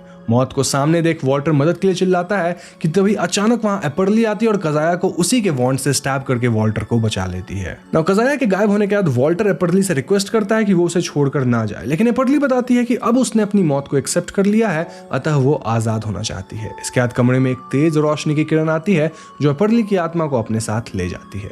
एपर्ली के जाने के बाद वॉल्टर वहीं गिरकर बेहोश हो जाता है और कुछ देर बाद हम विच के उसी रैट को उसके पास आते देखते हैं। नेक्स्ट सीन में हम देखते हैं कि वॉल्ट बिस्तर पर बेहोश पड़ा है और फ्रैंक और पेंटर वहीं उसका ख्याल रख रहे हैं। पेंटर बताती है कि उसकी पेंटिंग्स के अनुसार सूरज निकलने तक वॉल्टर की मौत हो जानी थी, लेकिन वो खुश है कि ऐसा नहीं हुआ।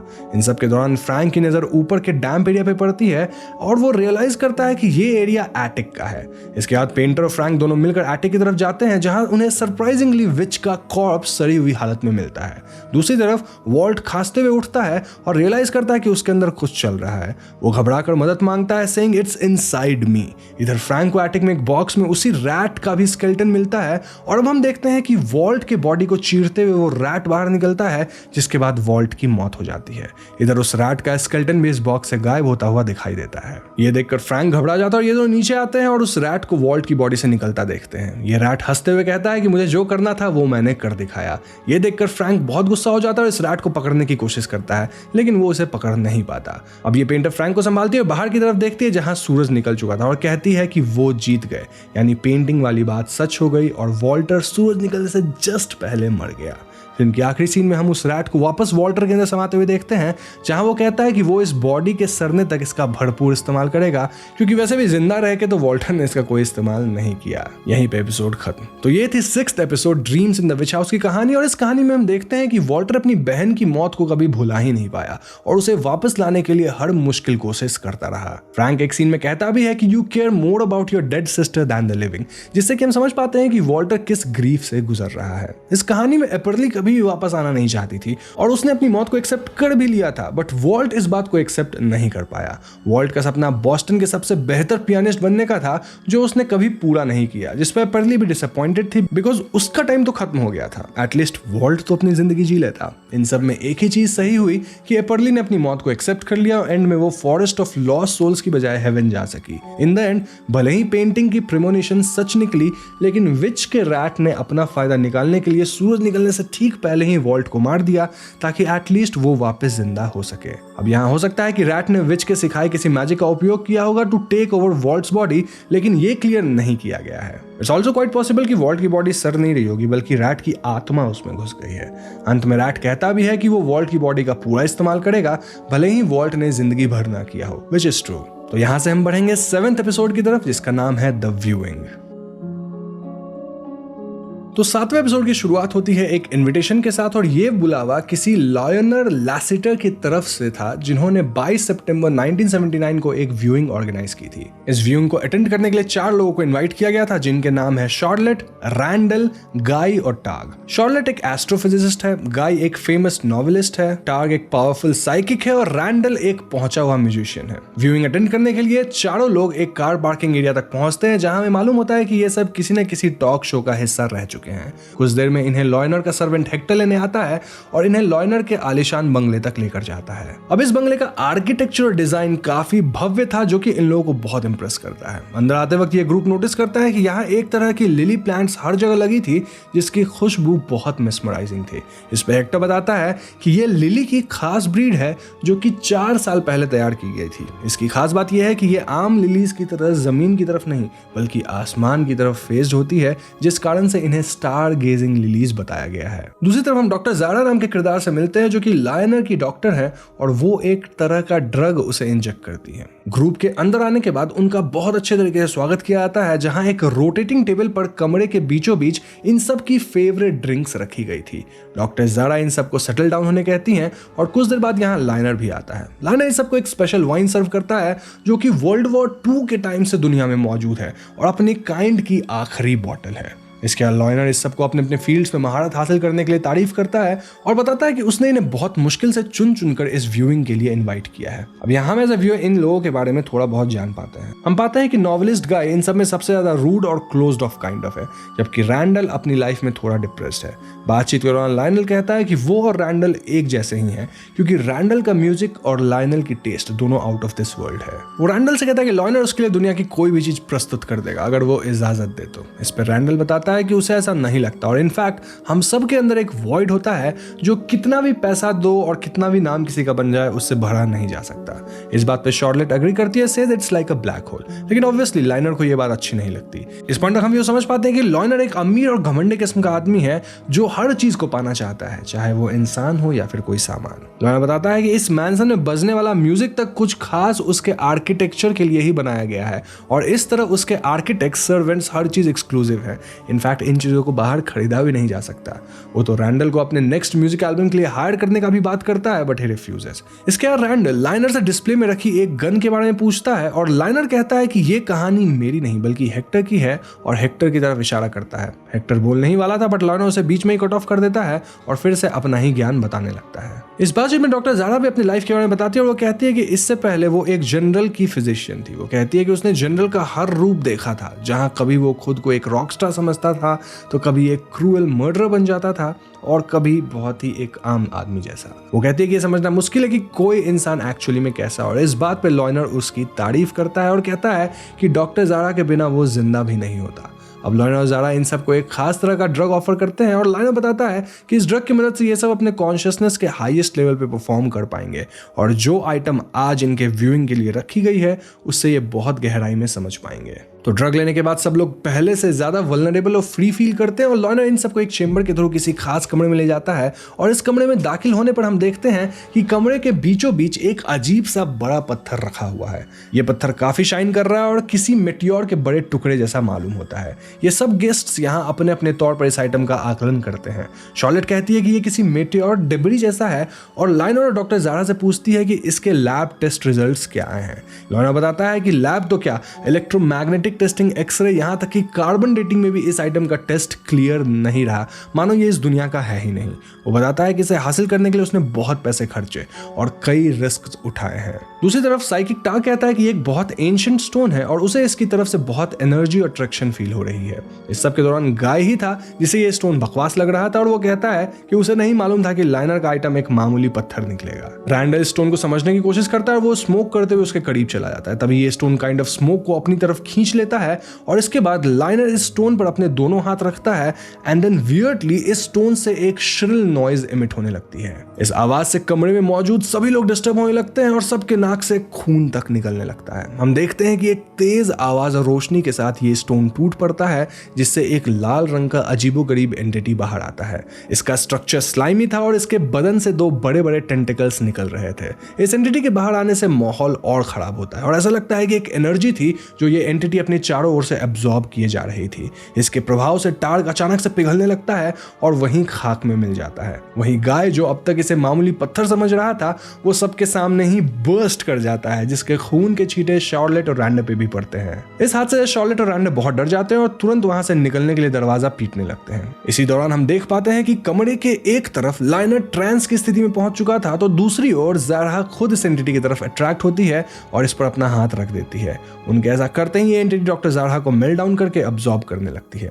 नेक्स्ट सीन में हम देखते हैं कि शार्लेट और रैंडल मैंसन से भागने की कोशिश कर रहे हैं और इनकी मदद हेक्टर करता है जो इनके लिए मैंसन का डोर खोल देता है और ये लोग किसी तरह से गाड़ी में बैठकर यहाँ से भाग निकलते हैं। वहीं अंदर चेंबर में ये एंटिटी ज़ारा को अब्सॉर्ब करने के बाद पिघल जाती है और धीरे धीरे लायनर की तरफ बढ़ती है। इसके बाद लायनर और इस एंटिटी का एक अमेलगम सा बनता है और अब ये एंटिटी एक मॉन्स्टरस ह्यूमन का फॉर्म ले लेती है जो बहुत डरावना था। कुछ देर बाद यहाँ हेक्टर आता है और इस एंटिटी कम लायनर पे गोली चलाता है, वही अपने गोल्डन AK-47 वाले गन से।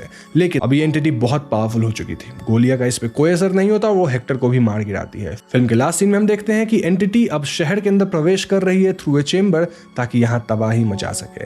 यहीं पे एपिसोड खत्म। तो ये थी कैबिनेट ऑफ क्यूरियोसिटी की पेनल्टीमेट एपिसोड की कहानी जो बहुत फिलोसॉफिकल और डीप है। इसकी एंडिंग भी अजीब रही। तो चलिए हम यहाँ शॉर्ट में स्टोरी को समझते हैं। तो कहानी मिलियनेयर लायनर उसके गेस्ट पे फोकस कर रही है। लायनर एक अमीर आदमी है जो दुनिया की हर खास चीज को कब्जे में करना चाहता है। उसे कहीं से ये एलियन आइटम मिला और उसने एक टॉक शो पर दिखने वाले 4 इंटेलिजेंट माइंड्स को इनवाइट किया, क्योंकि ऑफ कोर्स वो तो खास लोगों को ही गेस्ट बनाएगा ना। वो इस पत्थर की सच्चाई जानकर इसके पास को हासिल करना चाहता था, लेकिन अपने एरोगेंस और जिद के कारण खुद ही इस पत्थर के अंदर मौजूद एंटिटी का शिकार हो गया। कहानी में शुरू से ही अमीरों के अजीब शौक और जिद की दास्तां बताई गई है, जैसे वो स्टार गेजिंग लिलीज जिसमें इन्हें चाहिए था कि भाई फुल आसमान की तरफ देखे, तो नई हाइब्रिड ही बना डाली। रियल लाइफ में हम देखते हैं किसी किसी के पास गोल्डन लैम्बोर्गिनी होती है, नहीं लैम्बोर्गिनी से मन नहीं भरा, उसको गोल्ड का बनाना है। तो यही दिखाया गया है कि भाई अमीर लोग की क्या क्या अपनी फेटिश होती है। अब कुछ क्वेश्चन एज ए व्यूअर हमारे दिमाग में आता है, लाइक इन चारों की एंडिंग अलग अलग ही क्यों? अब देखा जाए तो गाय जो कि नॉवलिस्ट है वो सबसे अधिक क्लोज्ड है, जो कि इस आइटम को एक्सेप्ट ही नहीं कर पा रहा था, कॉलिंग इट ए मियर स्टोन, जिस वजह से वो इसकी प्रेजेंस में बर्स्ट आउट कर जाता है। वहीं साइकिक आइटम के एनर्जी को स्ट्रांगली फील करता है और काइंड ऑफ पिघल जाता है। डॉक्टर ज़रा को लाइनर ने अपने गुलाम की तरह ट्रीट करा था, जो कि अट्रैक्शन ऑफ अननोन की तरह इस पत्थर को खुद टच करती है और इसमें खत्म हो जाती है। अब एंड में सारे फसाद की जड़ लाइनर भी नहीं बचता और अपने ग्रीड के कारण खुद इस एंटिटी का कलेक्टिबल बन जाता है, जबकि वो खुद को कलेक्टर बोलता था, यानी कि कलेक्टर ही था, वो नायाब चीजें कलेक्ट करता था, खुद कलेक्ट हो गया। शॉर्लेट और रैंडल शुरू से ही अपने टैलेंट ऑफ फ्यूचर के अनसर्टेनिटी को एक्सेप्ट करते थे, जिसके कारण शायद वो लास्ट में बच जाते हैं। तो चलिए यहाँ से हम चलते हैं फाइनल एपिसोड की तरफ, जिसका नाम है मर्मरिंग, और इस एपिसोड को जेनिफर केंट ने डायरेक्ट किया है। तो कहानी की शुरुआत में हम नैन्सी से मिलते हैं, जो कि एक ऑडियंस को डनलिन बर्ड के बारे में बताते हुए एक प्रेजेंटेशन दिखा रही है। नैन्सी बताती है कि डनलिन्स खास तरह के बर्ड्स होते हैं जो कि अपने प्रेडेटर्स से बचने के लिए एक साथ झुंड में दूर निकल जाते हैं और जाते हुए कुछ खास मर्मरिंग पैटर्न्स बनाते हैं, जैसे hourglass, fear, bird in flight इत्यादि। नैन्सी और उसके हस्बैंड एडगर डनलिन के इसी स्वभाव पर रिसर्च कर रहे हैं, और ऐसा आखिर है क्यों? I mean, इतने सारे बर्ड एक बड़ा सा स्ट्रक्चर कैसे बना पाते हैं, इतना कोऑर्डिनेशन कैसे? एक बर्ड एक दूसरे से टकराता भी नहीं है, यानी कि ये बर्ड्स बहुत स्मार्ट है और आपस में कम्युनिकेट कर पाते हैं। अब लोगों को प्रेजेंटेशन काफी पसंद आता है, इसके बाद एक पार्टी ऑर्गेनाइज की जाती है। इस पार्टी के दौरान हम समझ पाते हैं कि इस रिसर्च और डनलिन्स के प्रति ऑब्सेशन ज्यादा नैन्सी की तरफ से है, जहां एडगर कहता भी है कि सारी मेहनत नैन्सी की है, लेकिन फिर हम देखते हैं कि लोग लड़के को ही ज्यादा अप्रिशिएट कर रहे थे। एनीवेज, हम ये भी देखते हैं कि काम के बाहर नैन्सी काफी डिप्रेस्ड रहती है और एज ए कपल वो दोनों किसी हादसे से गुजरे हैं। अब एडगर तो ऑलमोस्ट उस हादसे से मूव ऑन कर चुका है, लेकिन नैन्सी काफी परेशान रहती है, जिसके कारण एडगर और उसके बीच झगड़े होते रहते हैं। इनफैक्ट इनके बीच फिजिकल इंटीमेसी भी नहीं रही। तो अगले दिन नैन्सी और एडगर अपनी रिसर्च के लिए एक फील्ड ट्रिप पर बिग हार्बर आइलैंड जाते हैं, जहां ओनर्स ने उनके रहने का बंदोबस्त आइलैंड के पास बने एक बंगले में कर दिया था। नैन्सी नोटिसेस कि इस घर में एक बच्चे की अपनी माँ के साथ तस्वीरें लगी हुई थी और एक यंग आदमी की फोटो भी थी, कैप्सेंट स्वीटहार्ट, जो उसे किसी कारणवश दिलचस्प लगती है। खैर, यहाँ आने के बाद ही एडगर और नैन्सी बर्ड वॉचिंग में लग जाते हैं, जहां नैन्सी साउंड रिकॉर्डिंग संभालती है और एडगर कैमरा इक्विपमेंट देखता है। हम समझ पाते हैं कि इस कपल को अपने रिसर्च और डनलिन से बहुत ज्यादा प्यार है। वहीं आपस में इनके बीच टेंशन चल रही होती है, बिकॉज नैन्सी काम के अलावा अपने हस्बैंड से कटी कटी रहती है। ऐसे ही एक रात सोते समय नैन्सी को किसी बच्चे के रोने की आवाज सुनाई देती है, लेकिन वो इस पर ज्यादा ध्यान नहीं देती। कुछ ही देर बाद नीचे से दोनों हस्बैंड वाइफ को अपने सुबह की रिकॉर्डिंग सुनाई देती है, जो अपने आप ही स्टार्ट हो गई थी। उस समय तो वो उसे मशीनी खराबी समझ लेते हैं, लेकिन फिर एक दूसरी रात नैन्सी को फिर से कमरे के बाहर किसी के कदमों की आहट सुनाई देती है। नैन्सी बाहर जाती है, जहां एटिक का दरवाजा उसे खुला मिलता है। यहाँ आने पर वो देखती है कि एटिक की रूफ पर कई सारी डनलिन्स एक झुंड बनाकर शेल्टर ले रहे हैं, और ये काफी सरप्राइजिंग था, क्योंकि इतने सालों के रिसर्च के बाद भी ऐसा नहीं हुआ था कि ये बर्ड्स कभी किसी ह्यूमन मेड प्रॉपर्टी पर शेल्टर लेते हों। खैर, इस ब्रेक थ्रू से नैन्सी और एडगर काफी एक्साइटेड होते हैं और नैन्सी रात रात भर जग कर इन बर्ड्स की एक्टिविटी को रिकॉर्ड करती है। ऐसी एक रिकॉर्डिंग सुनते वक्त बीच में नैन्सी को एक स्टैटिक मर्मर सुनाई देती है, जो बहुत अजीब थी। यही नहीं, दोबारा प्ले करने पर उसे एक बच्चे की फेंट साउंड भी सुनाई देती है, saying I am so cold. अब नैन्सी ये बात एडगर के साथ शेयर करती है, लेकिन सरप्राइजिंगली एडगर को कुछ सुनाई नहीं देता उस क्लिप में, और इसलिए एडगर उसे रेस्ट करने की सलाह देता है। अगले सीन में हम देखते हैं कि नैन्सी डनलिन्स पर एक बुक पढ़ रही है और वो एडगर के साथ शेयर करती है कि उसे ये घर बहुत क्रीपी लगता है। एडगर कहता है कि मे बी ये घर पुराना है इसलिए तुम्हें ऐसा लग रहा होगा, लेकिन नैन्सी कहती है कि तुम खुद सोच के देखो, डनलिन्स जैसे बर्ड इस घर की तरफ अट्रैक्टेड क्यों है, जबकि हिस्टोरिकली वो कभी भी किसी मैन मेड घरों में शेल्टर नहीं लेते। वो ये भी कहती है कि उसे समझ नहीं आता कि यहाँ की तस्वीरों में ये बच्चा कौन है और आखिर क्यों ओनर्स ने इतना आलीशान घर एक सुनसान आइलैंड पे बनवाया जहाँ कोई नहीं रहता। और तो और फिर सारा सामान छोड़कर वो चले क्यों गए। इन्हीं सब बातों में एडगर और नैन्सी की एक बार फिर से लड़ाई हो जाती है ना। उस रात सोते हुए नैन्सी को फिर से कॉरिडोर से आवाज सुनाई देती है और इस बार वो यहाँ अंधेरे में एक बच्चे को खड़ा देखती है। इस हादसे से वो काफी डर जाती है और एडगर को बिना कुछ बताए अगले दिन बंगले की छानबीन करने लगती है। एक कमरे में नैन्सी को टेबल पर एक कपड़ा मिलता है जिस पर डनलिन्स की और एक लड़की की खूबसूरत और डिटेल्ड एम्ब्रॉयडरी की गई थी। इस पर एंड में फ्रीडम वर्ड भी सिला हुआ था। इस कपड़े को, जो कि टेबल मैट था, उसे लेकर नैन्सी एडगर को दिखाती है और एक्सप्रेस करती है कि उसे लगता है कि यहाँ जो लड़की रहा करती थी वो भी उसी की तरह ट्रैप्ड महसूस करती होगी और उसे इस बात का बहुत बुरा लगता है। लेकिन एडगर नैन्सी की बात को सीरियस नहीं लेता, सेइंग कि यहाँ पर रहने वाली लड़की ओनर्स की बेटी थी और वो अपने हस्बैंड और बच्चे के साथ थी, तो अकेलापन कैसा। इसके बाद वो नैन्सी को ये सब छोड़ के काम पे ध्यान देने को कहता है, इससे नैन्सी नाराज होकर चली जाती है। उस रात फिर से नैन्सी को एक विजन दिखता है जहां वो अपनी बेटी एवा को अपने पास देखती है, लेकिन अगले ही पल उसे अपने कंधे पर किसी दूसरे बच्चे का हाथ महसूस होता है और एवा गायब हो जाती है। नैन्सी देखती है कि कॉरिडोर में फिर से कोई बच्चा दौड़ रहा है और इस बार नैन्सी उसके पीछे जाने का फैसला लेती है। पीछा करते हुए नैन्सी नीचे के एक कमरे में पहुंचती है जहां की लाइट पहले से ही ऑन थी। इस कमरे में दाखिल होने पर नैन्सी को जमीन पे कुछ लेटर्स पड़े मिलते हैं जिनमें से एक पर उसी तस्वीर की तरह माई स्वीट हार्ट लिखा हुआ था। ना अगले दिन बर्ड वॉचिंग के दौरान नैन्सी एडगर को बताती है कि यहाँ रहने वाली लड़की एक ऐसे आदमी से प्यार करती थी जो पहले से ही शादीशुदा था। नैन्सी कहती है कि आदमी अक्सर क्लॉडिया को चिट्ठी लिखता था और वादा करता था कि वॉर से लौटने के बाद वो क्लॉडिया और उसके बच्चों को साथ ले जाएगा, लेकिन अंत में उसने धोखा दिया और अपनी बीवी के पास चला गया।